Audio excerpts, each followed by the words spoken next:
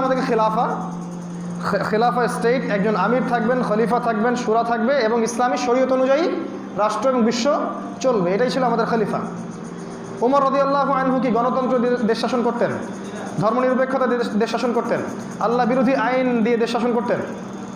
আবু বকর সিদ্দিক, উসমান, আলী রাদিয়াল্লাহু আনহু, উমাইয়ারা, এই যে আব্বাসীয়রা, এই যে ফাতিমিরা, এরা কি এগুলো করেছে? আমাদের নবী সাল্লাল্লাহু আলাইহি ওয়াসাল্লাম স্বয়ং কি এটা করেছিলেন?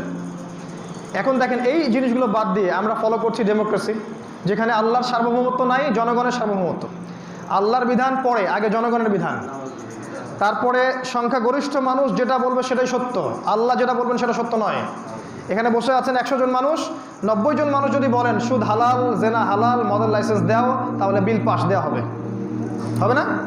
আর ওই 10 জন মানুষ যদি বলে না মদ হারাম, সুদ হারাম, জেনা হারাম, কোনো লাভ নাই, ভোটে আপনি হেরে গেছেন, ভোটে আপনি হেরে গেছেন। ওই যেহেতু ভোটে হেরে গেছেন, সংখ্যাগরিষ্ঠ মানুষ বলেছে বাতিলটাই হক, অতএব বাতিলটাই হক হয়ে যাবে, হকটার হক হবে না। এই হলো ডেমোক্রেসি। এটা দিয়ে